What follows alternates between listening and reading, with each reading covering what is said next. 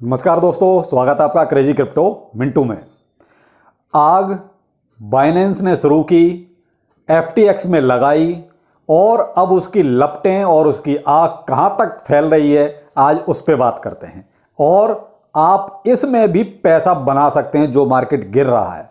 मैं आपको आज 2-3 टोकन ऐसे बताऊंगा जिनमें वाकई में पंप आएगा, आ रहा है, जबकि सबका प्राइस नीचे जा रहा है। तो मैं आपको वो भी बताऊंगा कि किस किस में प्राइस बढ़ेगा और बढ़ रहा है। आपने शायद नोटिस किया हो ना किया हो, ये तो मैं नहीं बता सकता, लेकिन मैं आपको ऐसे 2-3 टोकन बताऊंगा जिनमें जो है प्राइस बढ़ेगा, जबकि पूरा मार्केट नीचे गिरेगा, इनमें प्राइस बढ़ेगा। चलिए आगे बात करते हैं कि सुबह से आज वही crypto.com यही चल रहा है और है भी, सही भी है। क्यों? ये सब एक्सचेंजों का ही खेल है जो चल रहा है।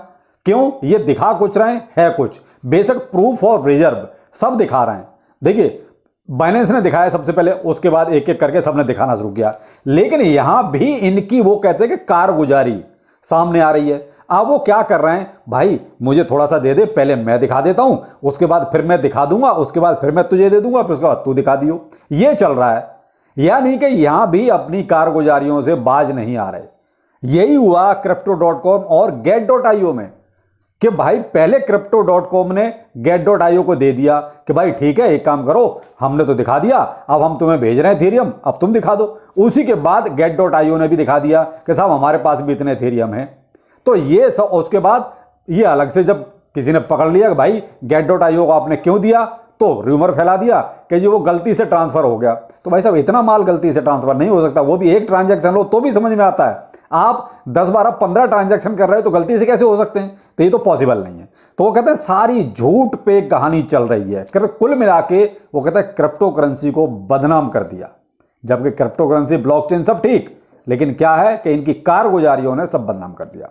अब यहां पर अब सवाल खड़ा होता है होबी ग्लोबल पर भी, यहां भी कुछ ऐसा ही पंगा है। लेकिन होबी ग्लोबल ने कहा है कि हमारे पास 3.5 बिलियन का रिजर्व फंड है, अगर इन्वेस्टर सब कुछ निकालना चाहेंगे तो भी हम मैनेज कर लेंगे।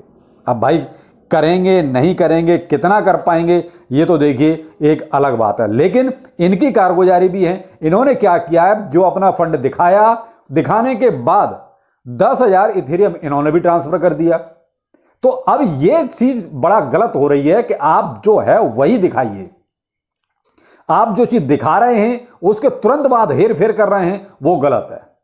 तो यहां सब ये चल रहा है। दूसरा, वेंडी वैगन, ये होबी ग्लोबल की जो है फाउंडर हैं, इन्होंने बहुत क्लियर कट कहा है कि सारे के सारे एक्सचेंज जनता के पैसे का बहुत ही गलत इस्तेमाल कर रहे हैं। अब किसी का फाउंडर, भाई एक्सचेंज का फाउंडर है, वही कह रही है इस चीज को, लेडीज हैं वेंडी वैगन, उन्होंने कहा है कि भाई जनता के पैसे का ये लोग जितने भी एक्सचेंज हैं सब गलत यूज कर रहे हैं।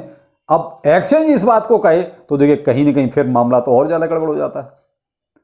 तो अब कैसे विश्वास करें, किस पे विश्वास करें और कितना विश्वास करें, यहां सवाल पैदा हो जाता है। मोस्टली देखिए सबके फंड, ज्यादातर देखिए जो बड़े बड़े लोग हैं वो तो अपने कोल्ड वॉलेट, हार्ड वॉलेट लेके बैठे हुए हैं, उनकी तो दिक्कत नहीं। लेकिन जिसने 1,000 लगा रखा है, 500 रुपये लगा रखा है, या मान लीजिए 50,000 लगा रखा है, और वो भी 50,000 उसने कहीं एक जगह नहीं लगाया होगा, उसने कई एक्सचेंजों में लगा रखा होगा, तो उसके सामने तो दिक्कत है ना, वो क्या क्या मैनेज करेगा।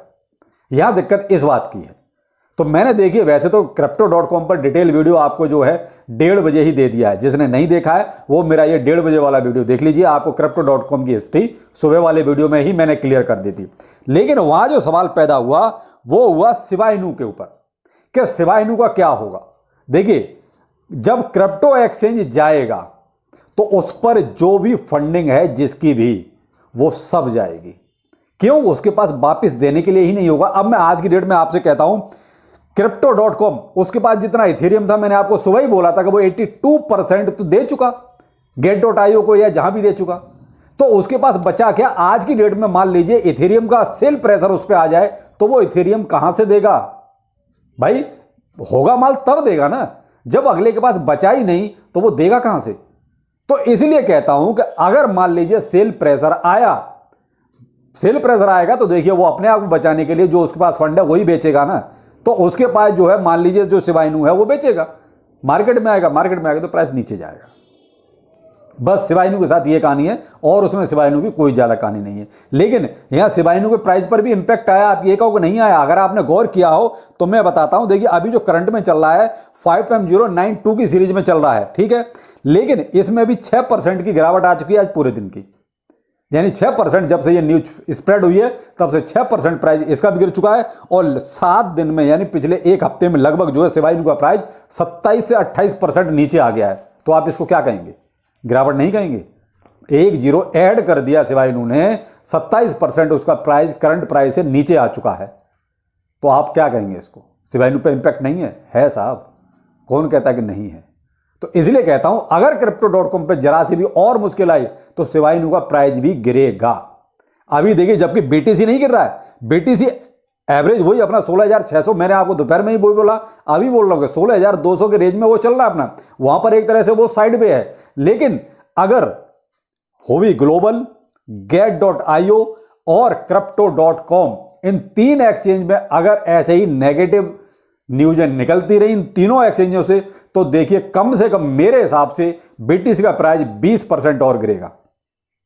20% गिरने का मतलब है आपका अप्रॉक्स 13,200 13,100 डॉलर के आसपास तक चला जाएगा अगर होवी ग्लोबल, Crypto.com और Get.io से पॉजिटिव चीजें नहीं आई तो। वहां से नेगेटिव अगर चलती नहीं तो फिर BTC का प्राइस भी गिरेगा, क्यों? कहीं ना कहीं से फिर सेल प्रेशर बढ़ेगा।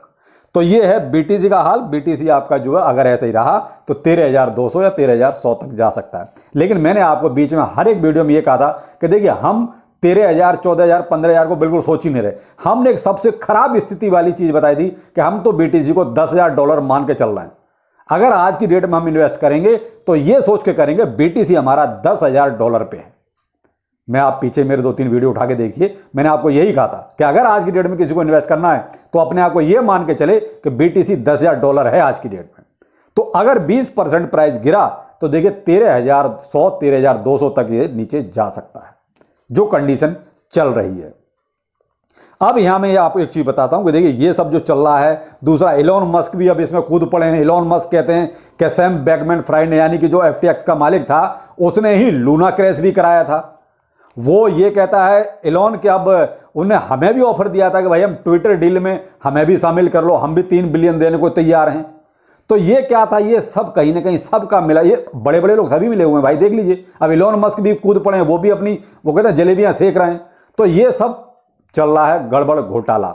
अब यहां पर आपको जो चीज करनी है वो देखिए, अब एक चीज मैं बताऊं बहुत क्लियर कट, जो लोग वॉलेट नहीं ले सकते वो ट्रस्ट वॉलेट पे अपने फंड को ट्रांसफर कर लीजिए। जिनका देखिए 100 200 500 1000 है वो कहीं मत जाओ, वो तो जहां हो वहीं रहो, जो होगा देखा जाएगा। देखिए मैं एक आपको राय दे सकता हूं, मैं कोई फाइनेंशियल एडवाइजर नहीं हूं आपका, लेकिन एक राय दे सकता हूं, जो आपको ठीक लगे तो ठीक, नहीं लगे तो कोई बात नहीं। क्यों? ये चीजें तो फाइनेंशियल एडवाइजर की होती हैं, जो मैं आपका नहीं हूं। तो वही मैं कह रहा हूं कि देखिए जिनके पास थोड़ी होल्डिंग ठीक ठाक है वो लोग अपने वॉलेट अगर नहीं ले सकते तो ट्रस्ट वॉलेट पे ट्रांसफर कर लीजिए, अपना वहां शिफ्ट कर लीजिए। जिन एक्सचेंजों से शिफ्ट नहीं हो सकता है, मान लीजिए सीधा सीधा कॉइन ट्रांसफर नहीं हो सकता है, तो वो देखिए उसको कन्वर्ट कीजिए, या तो आप USDT में कीजिए या USDC में कीजिए या BUSD में कीजिए, जिसमें भी कीजिए। जो आपको लगता है कि वहां से ये चीज ट्रांसफर हो सकती है तो उसको इस तरीके से कन्वर्ट करने के बाद उसके बाद आप ट्रस्ट वॉलेट पे आप ले जा सकते हैं। तो इस तरीके से आप कर लीजिए। और जिनके पास वॉलेट खरीदने की गुंजाइश है वो आप एक वॉलेट भाई खरीद लीजिए अपना, और उसके बाद अपना सारा का सारा फंड उसमें कर लीजिए ट्रांसफर, जिससे कि आपके पास सेफ रहेगा। फिलहाल सेंट्रलाइज एक्सचेंजों पर वही माल रखें जो ना के बराबर हो, जिसकी आपको फिलहाल वो कहते हैं कि अगर मान लीजिए थोड़ा बहुत ट्रेड करना है तो उसके लिए। बाकी ज्यादा माल आप फिलहाल सेंट्रलाइज एक्सचेंजों पर बिल्कुल ना रखें। कोशिश ये कीजिए कि डिसेंट्रलाइज एक्सचेंजों पर ट्रांसफर कर लीजिए जितना हो सके। ठीक है, अभी देख लिए। अब Crypto.com का जो नेटिव टोकन है CRO, उसका प्राइस देखिए 20% गिर गया है भाई। तभी तो गिरा है जब सेल प्रेशर आया। देखिए मेरी होल्डिंग CRO में बिल्कुल नहीं है, मैंने कभी नहीं लिया इसको, तो इसलिए मेरी होल्डिंग इसमें नहीं है। मैं आपको बहुत क्लियर कर, जिसका है मैं उसके लिए बोल रहा हूँ भाई थोड़ा सा अपना अलर्ट हो जाइए कि 20% प्राइस गिर चुका है। और फिलहाल जो ये चल रहा है 0.065 वाली सीरीज में इसका प्राइस चल रहा है। तो CRO के प्राइस में देखिए डाउनफॉल आया है। तो देखिए Crypto.com का हिसाब बिगड़ेगा तो CRO का तो बिगड़ेगा ही बिगड़ेगा, लेकिन ये कहीं ना कहीं शिबा इनू के प्राइस पर भी इंपैक्ट डालेगा। तो आप थोड़ा सा सतर्क जरूर रहिए, यही कह सकता हूं। बाकी और देखिए बाइनेंस ने FTT टोकन को डीलिस्ट कर दिया है। तो FTT की तो देखिए वैसे भी कहानी खराबी है, उसमें ज़्यादा कुछ हो नहीं सकता। वो तो मामला वो कहता अब आया गया वाली बात हो गई कि FTT को तो आप भूल ही जाइए, यानी FTX का जो टोकन था FTT उसको तो आप भूल जाइए, उसमें अब ऐसा कुछ खास बचा नहीं है। लेकिन ये नई कहानियाँ जो शुरू हो रही हैं इनकी वजह से मार्केट देखिए बहुत बदनाम हो गया, बहुत ज़्यादा बदनाम हो गया। इतना नहीं सोचा था कि ऐसा कुछ होगा। तो अब यहाँ पर देखिए, जो मैंने आपको ये कहा था कि मैं आपको 2-3 टोकन बताऊंगा जिनका प्राइस बढ़ेगा या कम से कम आपको कुछ थोड़ा बहुत तो प्रॉफिट दे जाएगा। मैं ये नहीं कह रहा हूँ कि आप इन्वेस्ट कीजिए, क्योंकि ये तो आपका निर्णय है, जैसा आपको ठीक लगे। मेरा काम है केवल आपको एक सलाह देना कि ऐसा इनमें हो सकता है। एक है DYDX। देखिए ये सब डिसेंट्रलाइज हैं, तो अब हो क्या रहा है, सेंट्रलाइज से डिसेंट्रलाइज की तरफ लोग भाग रहे हैं। ट्रस्ट वॉलेट का है TWT, जो आपने देखा होगा काफी 40-45% तक जो है इसका प्राइस ऊपर चला गया है। क्यों? क्योंकि लोग देखिए छोटी छोटी होल्डिंग वाले क्या करेंगे, वो अपना वॉलेट तो ले नहीं सकते, तो वो उन्होंने क्या किया है, अपना फंड जो है ट्रस्ट वॉलेट की तरफ ट्रांसफर कर लिया है। तो देखिए जब किसी चीज का यूज बढ़ेगा तो प्राइस भी बढ़ेगा। तो फिलहाल जितने भी डिसेंट्रलाइज टोकन हैं आपके, जो भी हैं, आप एक बार देख लीजिए, उनके प्राइस जरूर अभी थोड़ा सा ऊपर जाएंगे। क्यों? एक्सचेंजों से लोगों का विश्वास उठ रहा है, बहुत हद तक उठ गया है। तो मैंने आपको पहला बताया DYDX, ये भी डिसेंट्रलाइज है। दूसरा ट्रस्ट वॉलेट का TWT, ठीक है। और इसके बाद है PancakeSwap, केक, ठीक है। ये 3 टोकन ऐसे हैं जिनका प्राइस भविष्य में या हाल फिलहाल बढ़ने की उम्मीद है। क्यों? लोगों का पलायन सेंट्रलाइज एक्सेस से डिसेंट्रलाइज तब हो रहा है, और इनका यूज वो लोग करेंगे जिनके फंड छोटे हैं, जिनकी मात्रा कम है, क्योंकि वो वॉलेट खरीदना पसंद नहीं करेंगे। तो इसलिए देखिए, अगर मेरा पूछो तो मैंने अपना जो है ज़्यादातर फंड ट्रस्ट वॉलेट पे अपना शिफ्ट कर लिया है। इसलिए कर लिया है कि देखिए एक्सचेंजों का कोई भरोसा नहीं। अब यहाँ थोड़ा बहुत फीस तो देखी लगेगी, अब फीस के चक्कर में हम सारा गवा दें तो वो भी ठीक नहीं है। तो इसलिए मैंने अपना जो है ज़्यादातर फंड ट्रस्ट वॉलेट पे शिफ्ट कर लिया है, और मैंने आपको तरीका बता भी दिया कैसे शिफ्ट करना है। और बेहतर वही रहेगा कि आप शिफ्ट करें, वो ज़्यादा अच्छा है, कम से कम कुछ तो सेफ रहेगा। बाकी मैं विड्रॉ कुछ नहीं कर रहा हूँ। देखिए मार्केट जितना गिरना है गिरे, मुझे अभी इसमें रहना है और अपना फंड रखूंगा। ये मेरी राय है, मेरा ओपिनियन है। आपको जैसा ठीक लगे वो कीजिए। मैं अपना बताता हूं, मैं किसी भी उसमें से अपना फंड नहीं निकाल रहा हूं, जिसमें है उसमें रखूंगा, चाहे मार्केट अब खत्म हो जाए। क्यों? आप एक चीज ये सोच के देखिए, मान लीजिए मैंने 1 लाख रुपए इन्वेस्ट कर रखा है, अब मेरा 80% पोर्टफोलियो मान लीजिए नीचे है। मैंने एवरेज थोड़ा बहुत किया है, लेकिन एक जनरल जो पब्लिक का जैसे सबका है, तो 80 से 90% पोर्टफोलियो नीचे है। अब 1 लाख का मुझे मान लीजिए 10-15 हज़ार रुपए मिलेगा, तो क्या फायदा है उसका, लेके क्या करूंगा? इससे तो अच्छा है कि पड़ा रहेगा, जाना है तो वो भी चला जाए। भाई मेरा मान लीजिए 1 लाख में से 70, 80, 90 हज़ार रुपए चला गया, तो 10 हज़ार का ही लेके क्या करना है, 10 हज़ार और सही। तो इसलिए ये सोच के मैं किसी में से भी विड्रॉ नहीं कर रहा हूं।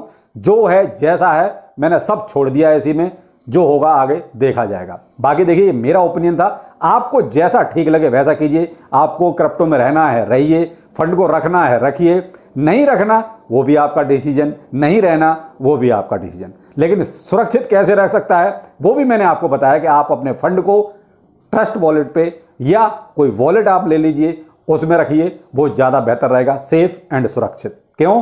क्योंकि जब तक करेंसी आपकी नहीं तब तक आपकी है ही नहीं। तो इसलिए पहले उसको आप अपने कब्जे में कीजिए। बाकी देखिए मार्केट में फिलहाल ऐसे ही र्यूमर और ये सब चलेंगे, और जितना भी हो सकता है कि मार्केट नीचे आएगा, क्योंकि ये सब जो चल रहा है वो इतनी जल्दी शांत होने वाला नहीं है, कुछ दिन चलेगा। तो बेहतर है कि आप थोड़ा सा बस समझदारी से काम लीजिए, थोड़ा हिम्मत से काम लीजिए।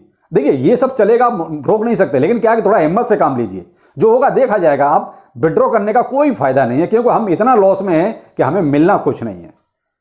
तो मेरी सोच तो यही है। बाकी आपको जैसा ठीक लगे वो कर सकते हैं, क्योंकि मैं आपका फाइनेंशियल एडवाइजर बिल्कुल भी नहीं। तो इसलिए आपको जो ठीक लगे वो कीजिए, लेकिन फिलहाल न्यूज़ सारी नेगेटिव ही है। तो चलिए फिर मिलते हैं, नमस्कार।